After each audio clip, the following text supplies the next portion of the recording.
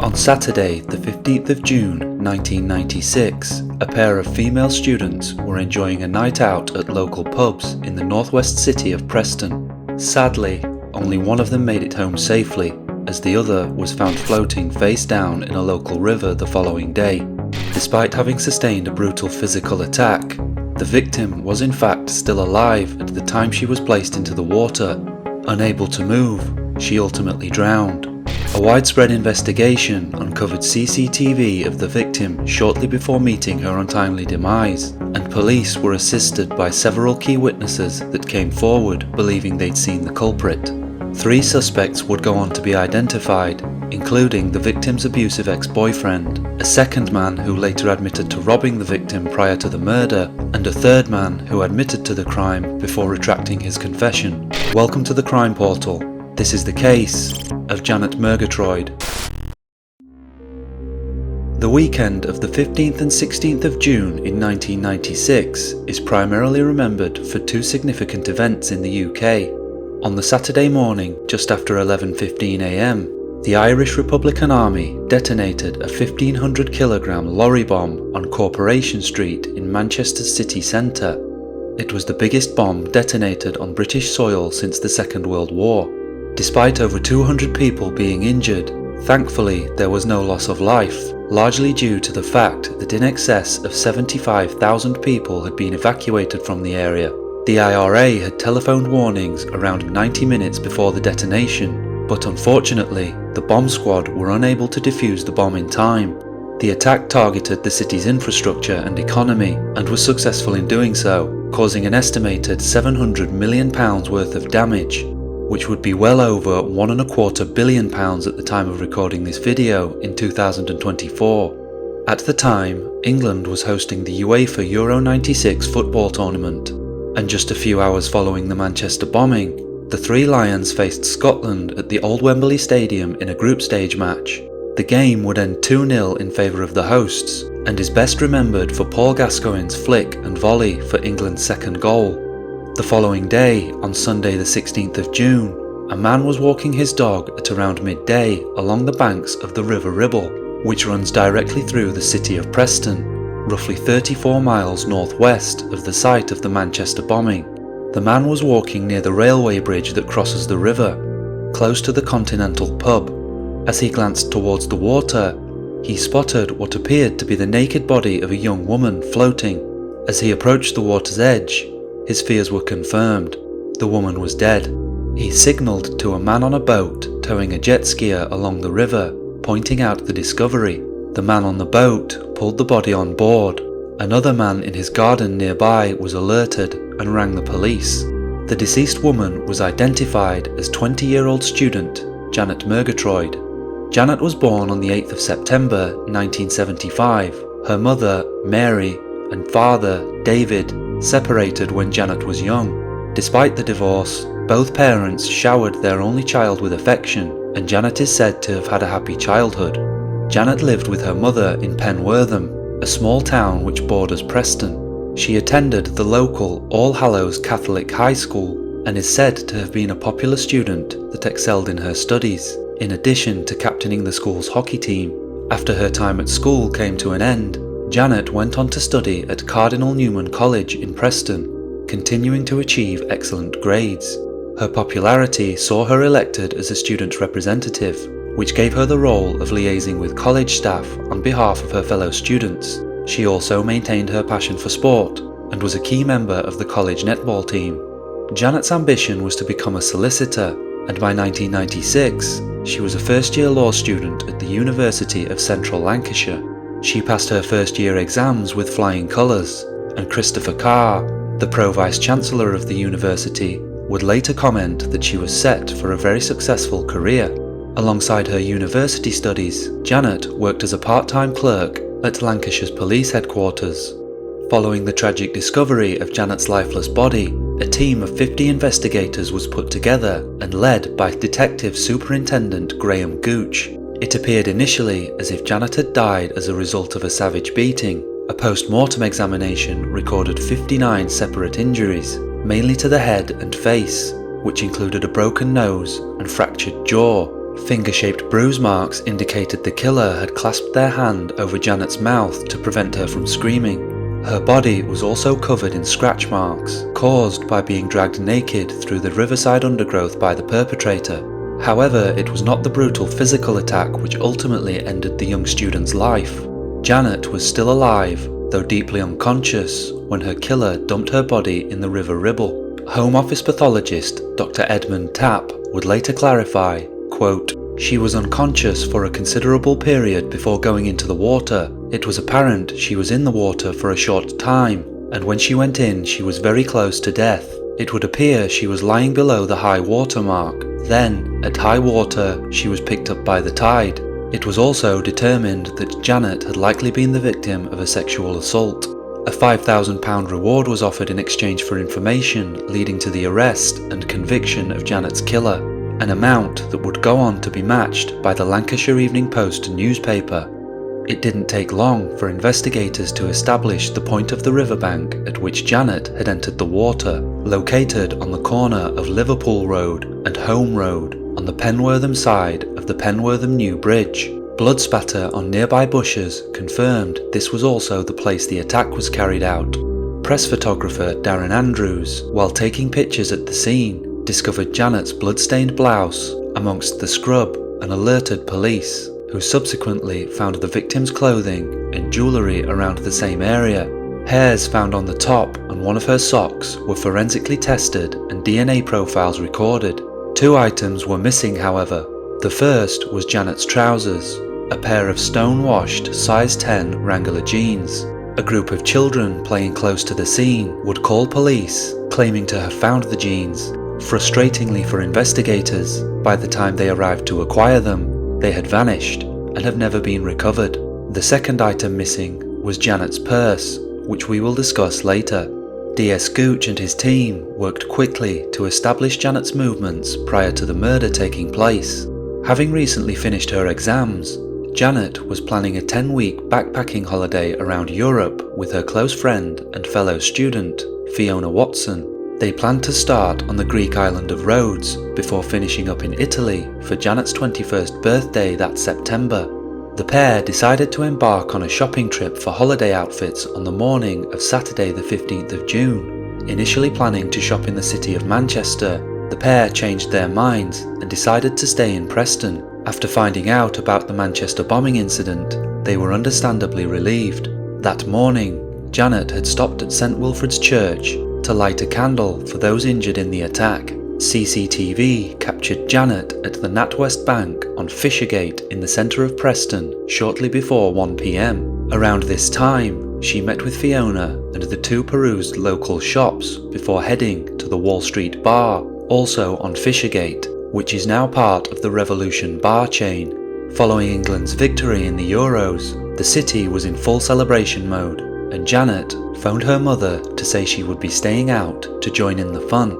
Fiona Watson would later recall, quote, "We couldn't have been happier that day. We thought nothing was going to stop us from here on in.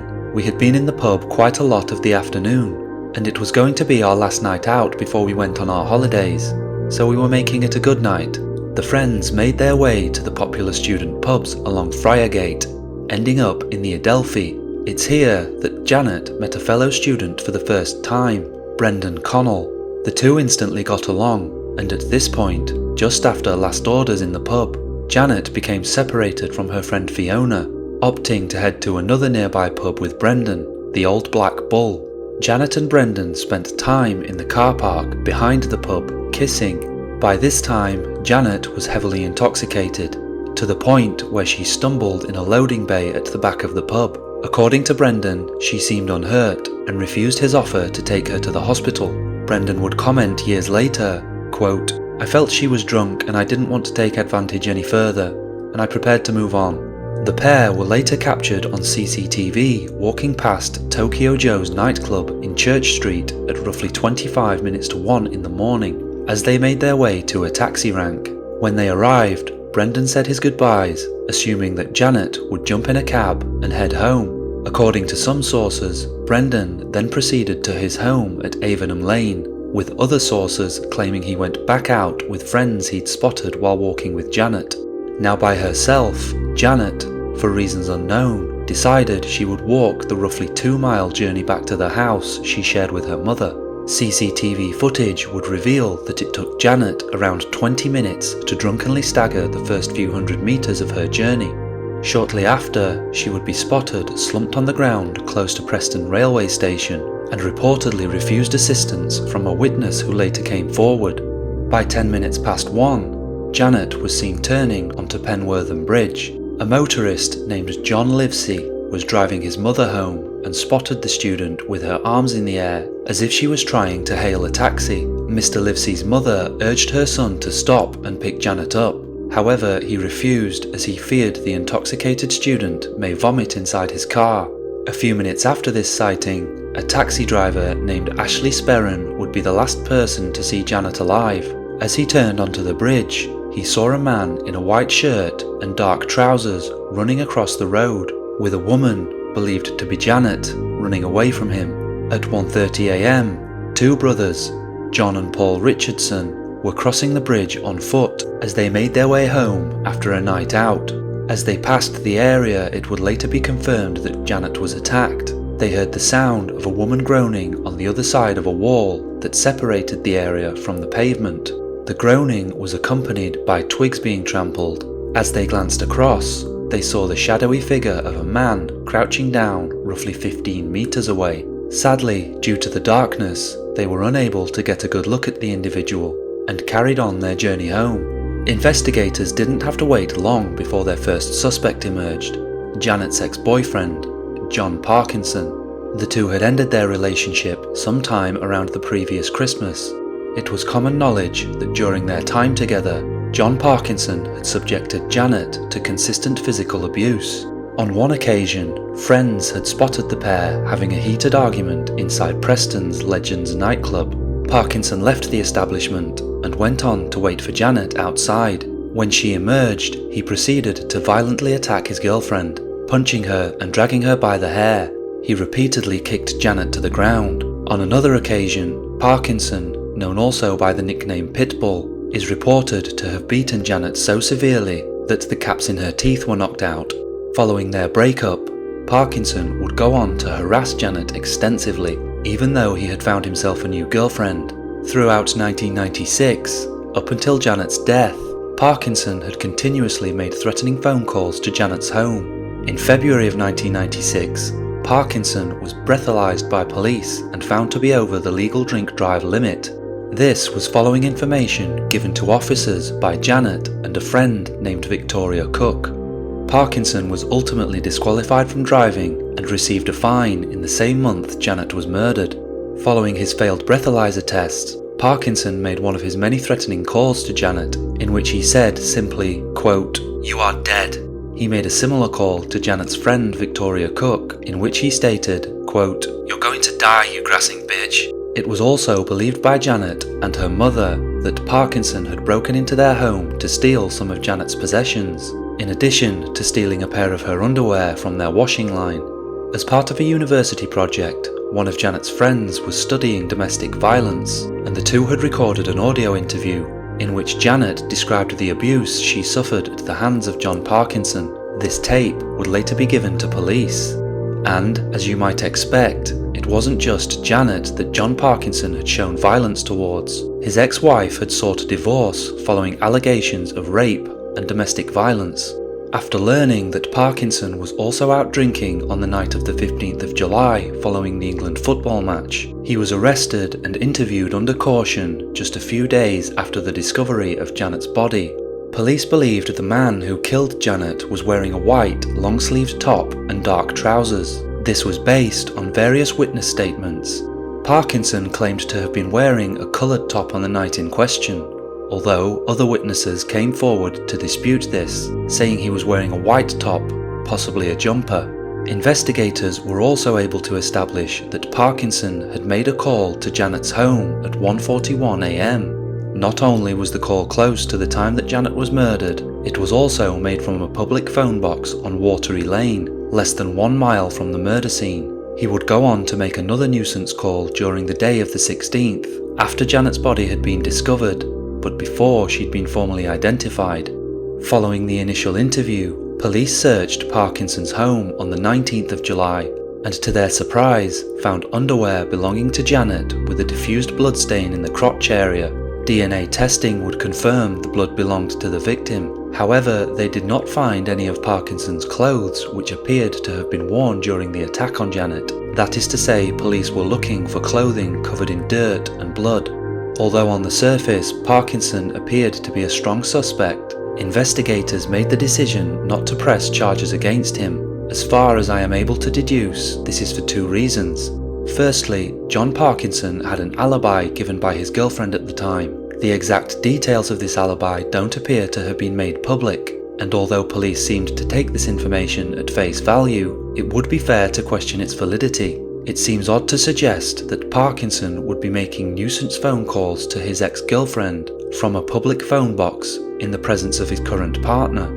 Given Parkinson's well-documented abhorrent behaviour towards women, it would also be fair to question whether the alibi given by his current partner was provided due to the fear of violence. This is of course speculation. The second reason investigators appear to have dismissed Parkinson as a suspect related to the witness statement given by the Richardson brothers. It seems as if police believe that John Parkinson could not have had enough time to dump Janet in the water and then make it to the public phone box from which he made the call to Janet's home at 1:41 a.m. It should be pointed out, however, the phone box on Watery Lane is around 1,000 yards from the scene of the attack, or 2/3 of a mile. Now, while various sources online give different answers as to the average time it takes to run a whole mile, the general consensus is that 10 minutes is reasonably accurate. If we are to take a third of this time off, it becomes closer to around 7 minutes. Someone who had just attempted to kill another person would no doubt be experiencing high levels of adrenaline, and it is reasonable to assume they would be running fairly quickly for this reason. Bearing all of these factors in mind, it seems strange to assume that John Parkinson would be physically incapable of making the journey of around 2/3 of a mile in around 10 minutes. Unfortunately, the alibi from Parkinson's then girlfriend and the witness statement from the Richardson brothers, in combination with the 1:41 a.m. phone call, appear to be the only reasons made available to the public. And of course, it is entirely possible they based their decision not to press charges on other factors. Following the dismissal of John Parkinson as a suspect, DS Gooch and his team continued to press forward with their investigation. The murder continued to receive high levels of local media coverage, including a large-scale poster campaign featuring Janet's picture. Computer profiling was used to compare the murder against roughly 200 unsolved murders across the UK over the previous 2 decades. This helped establish a profile of Janet's killer. The study was made public by Detective Superintendent Colin Maloney, who told the media, quote, "The offender had a great rage or anger which was demonstrated by the attack. He was disorganized and showed a lack of planning as the attack was so close to the main road. This indicates he is at the younger end of the spectrum. It is likely he has a history of violence against women, which may have been manifested in previous convictions, although not necessarily. Looking at other murders, it is almost certain that this offender has knowledge of the area." In August 1996, the victim's mother appeared on BBC Radio Lancashire to make a passionate plea for information. Quote, "Don't protect the bastard that killed her. Let the police know, because someone is protecting him. Someone knows. One of his friends knows who did it, and for some reason, whether it is fear of him or total disdain for the police, they are protecting him. They are not bothered about me at all, or my family. Justice will be done. I'm absolutely certain of that. Now that Janet's upstairs, she's not going to let him go free. She will be bossing him around upstairs and saying, 'Get your act together.' I'm sure he will be found."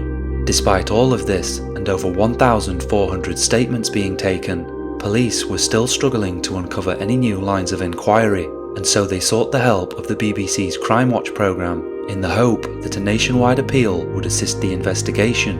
The episode aired on Tuesday the 3rd of September 1996, and featured a lengthy reconstruction of Janet's movements. Janet's mother also appeared on the programme, saying, quote, "I can only hope that Janet didn't suffer. I can only feel hatred towards the person that's killed her. Absolute, total hatred. And also, total disgust at whomever is shielding him. I hope they don't sleep at night, because I find it difficult to sleep at night. DS Gooch was interviewed and stated it was his belief that the killer was a local man who had attacked women in the past. He described Janet's killer as being between 5 feet 10 inches to 6 feet tall and either a white man or a pale-skinned Asian man with black hair. On the night of the attack, he was wearing a white shirt and very dark trousers that were probably black. DS Gooch appealed directly for a number of people to come forward. A number of CCTV images were also shown. The first was of 2 men caught on the same camera which captured the last images of the victim walking down Fishergate Hill. They were walking in the same direction as Janet moments before her. In particular, DS Gooch wanted to speak to the man on the right due to him wearing clothes that closely matched those thought to be worn by Janet's killer. The second CCTV footage showed a man walking along Strand Road, which connects to Penwortham Bridge. He was in close proximity to the scene of the murder at the time it took place, and was captured walking towards the murder scene and later walking away from it.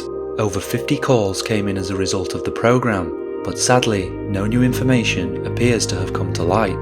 The same day of the Crime Watch episode, Janet's funeral took place at St Teresa's Church in Penwortham. The service was attended by hundreds, and was so packed that some people were forced to listen from outside the church. Following the service, Janet was finally laid to rest at Hill Road Cemetery during a private ceremony. Unfortunately, a lack of new leads saw the investigation scaled down in March 1997. Detective Sergeant Dermot Horrigan said all leads from the public had been followed up and that no new lines of inquiry had come from this. The case, sadly, started to go cold. In the early hours of August 2nd, 1999, a taxi driver named Veli Ugradar was flagged down by a slightly built man at the side of the road whilst driving through Penwortham. He pulled over his cab, and the man got into the back seat and asked to be taken to a police station. As Mr. Ugradar began to drive, his passenger began to sob. The concerned driver asked if everything was okay, to which his passenger replied, quote, "I've done something bad, you'll hear about it in the news tomorrow." As he was driving along Cop Lane, Mr. Ugradar noticed 2 police officers investigating a burglar alarm at a local primary school. He pulled over, gestured to the officers, and the passenger exited the vehicle before approaching PC Dennis Halliwell. The man informed PC Halliwell that he was 25-year-old Andrew Philip Greenwood, and that he was responsible for the murder of Janet Murgatroyd 3 years earlier. When PC Halliwell asked how he had murdered his victim, Greenwood replied by stating, quote, "I punched and kicked her and left her on the riverbank. I saw her on the bridge. I talked to her and she laughed at me. It's been preying on my mind for 3 years. It was the day of the football match versus Scotland. At the time of the murder, Andrew Greenwood lived alone in a flat at the Maltings in Penwortham. He is described as a loner with few friends. He suffered from depression and would drink alcohol excessively to cope. Despite being a reasonably intelligent man that finished high school with 8 GCSEs, Greenwood is said to have struggled with a lack of self-esteem and was unable to hold down a consistent job. Following his initial confession to PC Halliwell, Greenwood was taken to Leyland Police Station and the next day began a series of interviews with Detective Chief Inspector Ian Kennedy. Greenwood described how in the hours before Janet's murder, he had been out with friends in Preston watching the England football match. He drank roughly 6 pints of beer before making his way to his father's home for dinner, after which he went back out at around 6:30 p.m. to meet a friend and resumed drinking heavily at the Sumpter Horse pub in Penwortham. Greenwood stated he believed the people he was playing pool with were laughing at him, causing him to storm off and reportedly tell one of the group, quote, "I feel like killing myself or I'm going to kill someone." As he drunkenly roamed the streets, he first spotted Janet near the Bridge Inn by the river and could tell she was also heavily intoxicated. In his confession, he stated, quote, "She was drunk. I thought I would chat her up. I tried to kiss her but she kept backing away. I thought she would be easy because she was drunk. I started chasing her to calm her down. She was getting hysterical, and if anyone saw me, it looked really bad. I was thinking, I'm going to get done. She was screaming, leave me alone. She was getting very panicky. I thought, I'm not going to hurt her, I'm just going to talk to her. After catching up to Janet, Greenwood claimed to have put his hand over her mouth in an attempt to calm her down. Quote, I thought, I'm making the situation worse. What can I do? I cannot leave it like this. He went on to describe how after battering the young student, he removed her clothes, fearing his blood may be on them, which in hindsight makes little sense, as they were left at the scene. He then hurled Janet into the water, apparently almost falling in himself. Quote, I was panicking, it was like a rush. I stood there and saw her body float downstream. It got caught up on the riverbank and then continued. He then proceeded to return to his home at the Maltings and got in at around 3:30 a.m. When he woke up hours later, he thought he'd just had a bad dream. That was until everything started to come back to him after reading about Janet's death in a local newspaper. Greenwood sketched a diagram for officers which detailed Janet's injuries and stated, quote, I wish to say I'm sorry for my actions. It's not like me. I will carry on repenting like I have done over the past 3 years. On the 3rd of August 1999, Greenwood appeared before Chorley Magistrates Court and was charged with the murder. Yet despite the detailed confession, a number of doubts still remained. There was no forensic evidence to implicate Greenwood, and not a single witness had come forward with a description that matched him. A few months later, on December 16, 1999, the case against Andrew Greenwood was dropped. The Crown Prosecution Service ruled there was not enough evidence to go to trial at the Crown Court. A spokesperson for the CPS would explain, quote, statements made by Mr. Greenwood to the police have been carefully scrutinised against other evidence in the case, and significant inconsistencies emerged. There is no forensic evidence to link Mr. Greenwood with the crime. After thorough consideration, the CPS decided there is insufficient evidence to provide a realistic prospect of conviction. By this time, Greenwood had retracted his confession. He now insisted that he'd convinced himself of his own guilt after developing an obsession with the case. The CPS's decision angered police, with DS Gooch publicly stating, quote, we are very disappointed by the decision of the Crown Prosecution Service. Our view is that this is eminently a question for a jury and should have been left to a jury to make a decision. Investigators went to work re-examining their evidence and made the decision to enlist the help of Professor Gisli Gudjonsson, an international expert in the field of false confessions. Mr. Gudjonsson was a clinical psychologist and head of forensic psychology services at King's College London. After examining Andrew Greenwood's statements to police, Mr. Gudjonsson produced a report which indicated Andrew Greenwood's confession was likely based on fact. On the 2nd of October in the year 2000, a summons was issued ordering Andrew Greenwood to appear once again before Chorley magistrates and face charges of murder. Prosecutor Peter Wright QC stated that the CPS had significant new information, including the report by Gisli Gudjonsson. Mr. Wright said that Greenwood described delivering blows to Janet during the attack which rained down in a perpendicular fashion, and that Greenwood had also spoken about covering Janet's mouth with his hand, facts which were uncovered by forensic examination. Mr. Wright implied these facts could only have been known by the killer and had not been released publicly. There was also another twist in the case in October 2000, as police were informed of another potential suspect, a man named Raymond Hayes. Hayes, who was well known to police for a string of offences, had been identified by his girlfriend following the recent release of CCTV images taken shortly before Janet's murder, and as it turned out, he was one of the last people to see Janet alive. He came across the young student slumped on the floor near Preston railway station not long before she was killed. Instead of offering to help Janet, Hayes took the opportunity to steal her possessions to feed his £50 a day heroin addiction. If Janet had wanted to get a taxi home, she could no longer afford it following this incident. Hayes panicked when he realised Janet had been the victim of a murder and threw away the majority of the contents of the purse he stole. He did, however, keep a silver locket and chain belonging to Janet's friend, Fiona Watson, which was in Janet's purse at the time it was stolen. Hayes then gave the silver locket to his then girlfriend's mother. The item was ultimately recovered by police. Hayes would go on to be arrested in connection with the murder, but police determined he was not involved and he was cleared as a suspect. From the information I was able to gather, this was due to an alibi, which on the surface seems like a rather strange one. Hayes reportedly purchased a takeaway for himself and his flatmates, using some of the money from Janet's purse shortly after stealing it. His flatmates confirmed the food was still warm when he arrived home, which presumably must have been before the time police believed Janet's murder took place. Hopefully, police were able to uncover further details in order to dismiss Hayes as a suspect, but I was unable to uncover any further information regarding this. Although he was cleared as a murder suspect, Raymond Hayes was jailed for 6 months for theft.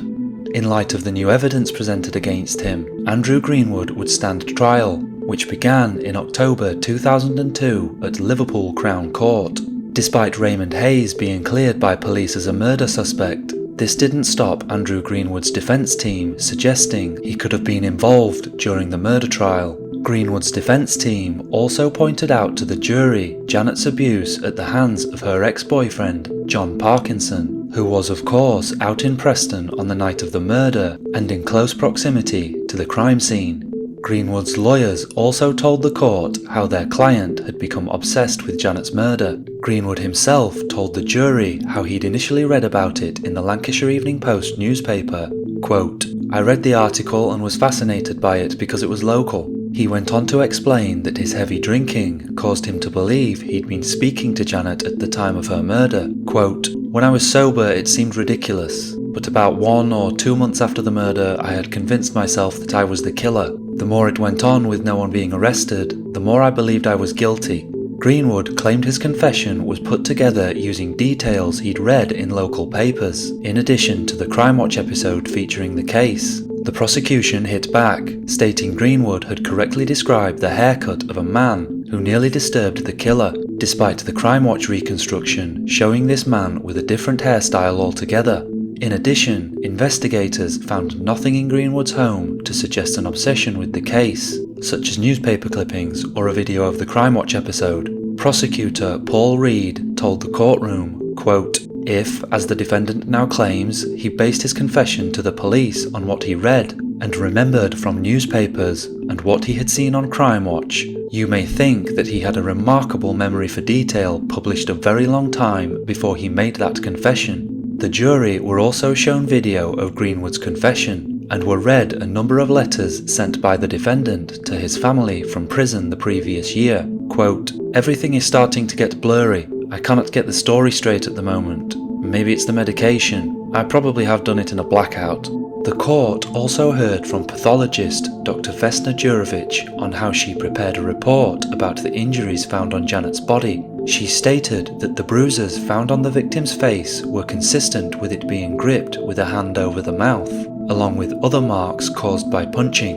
Patterned bruises and abrasions to the victim's head were consistent with being stamped on. Dr. Jurovic believed these injuries to perfectly match the diagram drawn by Andrew Greenwood during his initial confession. Defense lawyers responded by arguing there was no forensic or DNA evidence to implicate Greenwood, who had woken up hours after Janet was killed wearing the same clothes as the night before, which showed no signs of him being involved in a frenzied attack on a muddy riverbank. They also noted Greenwood had no history of violence whatsoever. Eventually, the jury was tasked with deciding Andrew Greenwood's fate. Following over 13 hours of deliberation, on the 24th of October 2002, the jury of 9 women and 3 men were discharged after failing to reach a majority verdict. A retrial date was then set for the following June. Andrew Greenwood's defence team would, however, face a tougher battle at the second attempt, as it was ruled by Judge Justice Holland that there was to be no mention of Janet's violent ex-boyfriend, John Parkinson, or the purse thief, Raymond Hayes, men who Greenwood's lawyers understandably felt the jury should have been able to consider as suspects. By all accounts, details revealed at the second trial were largely the same as those given during the first. Once the trial concluded, the jury this time did reach a verdict. Andrew Greenwood was found not guilty of murdering Janet Murgatroyd. However, the jury found him guilty of manslaughter by a majority of 10 to 1. On the 21st of July 2003, 29-year-old Andrew Greenwood was sentenced to 8 years in prison for the crime. Speaking to the media, Janet's father, David, had mixed feelings about the conviction, stating, quote, "I am obviously relieved and satisfied with the outcome. I am delighted for Janet so that she can now rest in peace after 7 years. I was initially disappointed with the sentence. I was expecting between 10 and 12 years. He has got 8 years, which is something Janet hasn't got. When he gets out, he still has a life to lead." Immediately following his sentencing, Andrew Greenwood's legal team began working on an appeal, which would prove successful, as on the 28th of May 2004, the conviction was quashed. During the judgment, which can be read online in full, the High Court judges concluded there was in fact no evidence linking Andrew Greenwood to the murder. Quote, "Apart from his confessions, there was no evidence which connected the appellant with the killing of the victim. The Crown's case depended entirely on the confessions that the appellant had made. The first confession that the appellant had made was on the 2nd of August 1999. The appellant was under the influence of drink while making that confession." The High Court judges also agreed with Andrew Greenwood's lawyers in that it was wrong not to allow them to inform the jury at the second trial about potential involvement of John Parkinson and Raymond Hayes. Quote, "It cannot have been right to take away from the jury's considerations all aspects of Parkinson, including that he had been the victim's boyfriend and had acted violently to her in the past, and indeed was in the vicinity on the evening of her murder. It seems to us impossible to hold that this conviction was safe. We accordingly must allow this appeal and quash the conviction." Graham Gooch, who led the Murgatroyd investigation, but was no longer working as a detective by this point, would tell the media, quote, "I am very disappointed the appeal was allowed to be heard in the first place. It was not because of any lack of evidence, merely because the trial judge erred. He should have allowed evidence about the ex-boyfriend. The defense used this to cloud the water. We could prove the ex-boyfriend didn't do it." With regards to the final statement made by Mr. Gooch, and as discussed previously, it remains unclear just how police were able to eliminate John Parkinson as a suspect. Lancashire Police issued a rather strange statement following Greenwood's release. Quote, "We are aware of the court's decision today to release Andrew Greenwood. We will not be looking for anyone else in connection with Janet's murder, and we will not be pursuing any more evidence against Andrew Greenwood." Police remained true to their word, seemingly putting no further effort into finding Janet's killer, which obviously resulted in the case slipping out of the media spotlight entirely. 10 years after the murder of Janet Murgatroyd in June 2006, Andrew Greenwood briefly spoke to the media for the first time, talking to a reporter outside his home roughly 10 miles south of Preston. He stated, quote, "I just want to get on with my life. I have spent a long time in custody for something I didn't do. It was a travesty of justice, and evidence was withheld in the second trial when I was convicted. I'm just relieved the appeal court judge saw this. It's been a difficult time for me and my family, and I want to move on."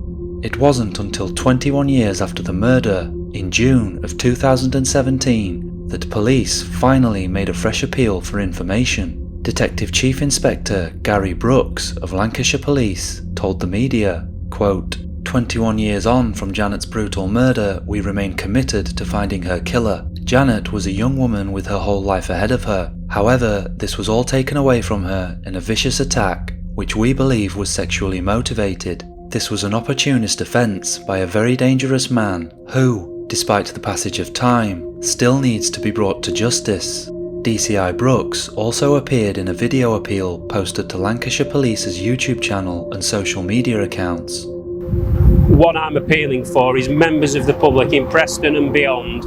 If you have any information around how Janet was murdered 21 years ago, the person responsible may well have confided in somebody. He may have been behaving differently at around that time, around the 15th and 16th of June 1996.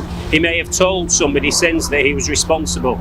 We're asking for members of the public to contact Lancashire Police or Crime Stoppers in confidence with any information that may help us to find out who's responsible for Janet's death. Despite the fresh appeals, which have continued periodically in the years following, no new information has been reported in the case, and there have been no further arrests. During this time, specifically in February of 2023, Janet's father David passed away at the age of 80 without finding out who was responsible for taking the life of his beloved daughter. Although police bizarrely announced their reluctance to investigate Janet's murder any further following the quashing of Andrew Greenwood's conviction in 2004, thankfully they have since changed their stance. When the case was re-examined in 2017, DCI Gary Brooks stated, quote, "Information has come to light, but sadly not sufficient information to bring anyone to charge or put them before the courts. The individual DCI Brooks was referring to has of course not been publicly identified, making it possible that investigators have a new potential suspect. It is also entirely possible that DCI Brooks and his team have new information relating to the suspects that have been explored in this video." The original lead detective on the case, Graham Gooch, was convinced of Andrew Greenwood's guilt. Unfortunately, he did not respond to any of my requests for an interview.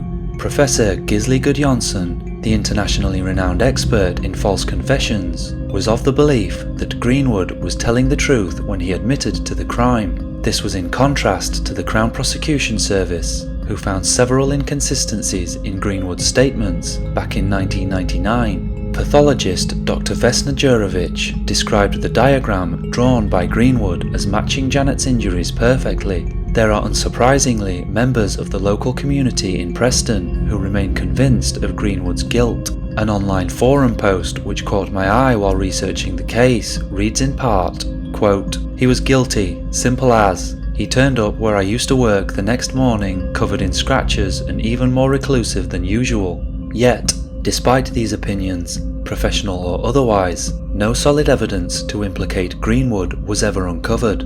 There was no CCTV showing Greenwood anywhere near the crime scene, and none of the witnesses that came forward were able to identify him either.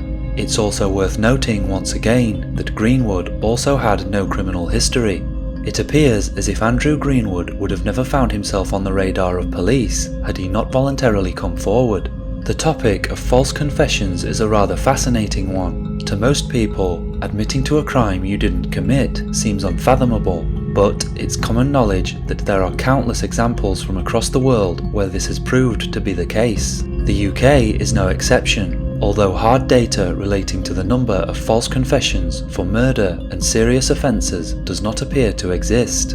The evidence-based Justice Lab, set up by the University of Exeter, has, at the time of recording, compiled 96 false confession-related miscarriages of justice in the UK since 1972, over half of which are murder convictions. Andrew Greenwood's conviction is not listed. The EBJL cites three main reasons for false confessions. Number 1, custodial and interrogative pressure. Number 2, psychological vulnerability. And number 3, a lack of transparency concerning evidence.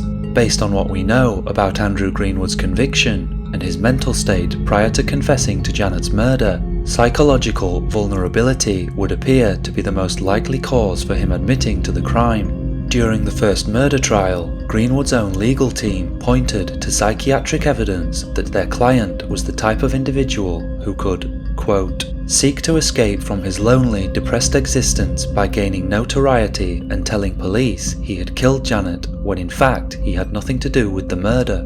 According to Greenwood himself, his obsession with the case, combined with his frequent alcohol abuse, was what convinced him of his own guilt. To some, these factors may sound completely plausible, while to others they may seem like a desperate attempt to escape a lengthy prison sentence. Andrew Greenwood has lived what appears to be a quiet life since he last spoke to the media in 2006. At the time of recording this video, he resides in the north of England and spends the majority of his time creating artwork. He also did not respond to my request for an interview.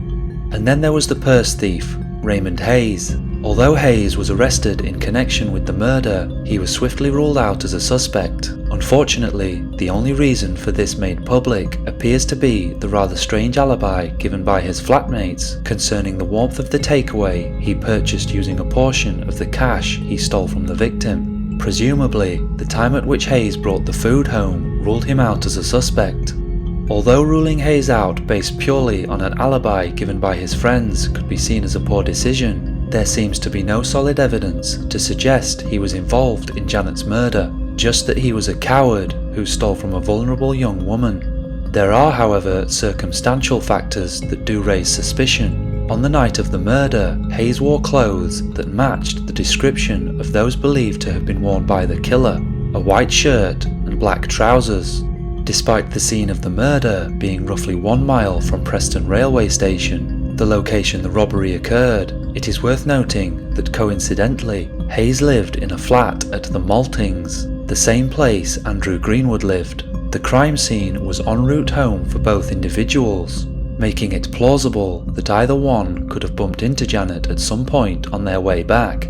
Hayes claimed he didn't forcibly take Janet's purse from her. However, he was not a stranger to using violence while stealing, as proved by a later arrest in 2010, when Hayes was jailed for a total of 5 years for various offences, including attacking a 50-year-old woman and stealing various items from her. He is said to have pushed the woman over before stealing the items while his victim was on the ground. Could Janet have seen the thief on her way home, sparking a confrontation that escalated? Unfortunately, the lack of information surrounding Hayes' arrest in connection with the murder makes it difficult to theorise any further. Raymond Hayes' name has not appeared in the media since details of his 2010 arrest. During my research for this video, I came across a small number of sources claiming he was no longer alive. Although I cannot verify this with 100% accuracy, the name Raymond Hayes does appear on a list of deaths which occurred inside UK prisons and was published in October 2015. The death occurred at Featherstone Prison on the 4th of April 2014, with the cause listed as self-inflicted. The Raymond Hayes mentioned on this list was 37 years old at the time of his death. The purse thief Raymond Hayes was 33 at the time of his arrest 4 years earlier, so the maths suggests this could well be the same individual. Finally, there was the only suspect known to Janet in life, her ex-boyfriend John Parkinson. When considering all of the information available, it would be completely reasonable to suggest that Parkinson was in fact the suspect most likely to have committed this crime. He had of course been violent towards Janet and other women on many occasions, which matches the profile of the murderer developed by police. He had continued to make abusive phone calls to Janet in the months leading up to the murder, including one in which he threatened to kill her. It appears as if he lied to police when describing the clothes he was wearing on the night of the murder, with witnesses stating he wore a white top and dark trousers, clothes which matched those believed to have been worn by the killer. He was found to have Janet's underwear in his possession, despite the two having been broken up for over 6 months, and him having a new partner. Although it wasn't worn by Janet on the night she was killed, and therefore not of evidentiary value, it could absolutely be seen as obsessive, that he couldn't let go of Janet. Was he angry about the fact she had the courage to walk away from the relationship? Parkinson was just a short distance away from the crime scene, moments after Janet was killed, as proved by the phone call he made to Janet's home shortly after her life was taken away. As mentioned previously, Graham Gooch publicly stated, quote, "We could prove the ex-boyfriend didn't do it." However, the only two reasons for Parkinson's dismissal as a suspect made public, quite simply, make little sense. The alibi given by his partner means she must have been with him prior to, and at the time he made the phone call to Janet's home. It seems very unlikely that Parkinson would have made this call in the presence of his new girlfriend. Even if we ignore this factor, it's hard to believe that any competent investigator would accept an alibi given by the partner of an individual with a documented history of violence towards previous partners. Any reasonable person would be well within their rights to suspect such an alibi was given in fear. The second publicly available reason police discounted Parkinson as a suspect is that they believed he couldn't have walked the short distance from the murder scene to the phone box from which he called Janet's home. How they arrived at this conclusion, I'm unsure, as it seems very much possible. I'm sure I'm not alone in hoping the police had other, more concrete reasons for ruling out John Parkinson as a suspect. Almost no information has been reported about John Parkinson following 1996, and he has remained out of the public eye. I have read a small number of claims stating he is no longer alive, but despite extensive research, I have been unable to verify this information. Despite all three suspects admitting to being out in Preston on the night of Janet's murder, there was no physical evidence linking any of them to the crime. The hairs found on Janet's clothing following the murder, from which a DNA profile was extracted, do not match any of the three suspects. This evidence alone would potentially not rule a suspect in or out as the killer, as the clothing was of course found in the open, meaning random hairs could technically have found their way onto them. As mentioned towards the beginning of the video, bushes from the crime scene were found to have spatters of Janet's blood on them. Although these bushes were taken away by police, they were later destroyed. According to the 2008 book, Lancashire's Most Notorious Murders, the laboratory in which the bushes were being held was petrol bombed in an unrelated attack. So, how does this case get solved? It seems incredibly unlikely that Janet's missing size 10 Wrangler jeans will ever be recovered. Although not impossible, police could well have other evidence in their possession that they have chosen not to disclose. Maybe items found at the crime scene, or in the River Ribble. Maybe CCTV that has been held back could exist. Perhaps the DNA profile extracted from the hairs found on Janet's clothing could be matched to a suspect, pointing investigators in the right direction. Or maybe the police still need a helping hand from the public. The person responsible for this crime has had over 25 years to share their dark secret, and if that's the case, then hopefully that information is passed on. This case serves as another reminder of the sad reality in which we live, where women in particular must walk the streets in fear under the cover of darkness when alone. Please, don't let your friends walk home by themselves. Janet Murgatroyd was a popular young woman with a bright future ahead of her that was cruelly taken away by a selfish, twisted individual that has avoided being exposed for nearly 30 years and left a tragic trail of destruction behind. The world lost a person that was much loved by her friends and family, none of whom have received justice or closure. A community still lives in fear that a killer is among them, and the individual that found Janet's body would sadly go on to take his own life. If you have any information that could assist the investigation and help to identify Janet's killer, please contact Lancashire Police using the UK non-emergency phone number 101 or visit www.lancashire.police.uk.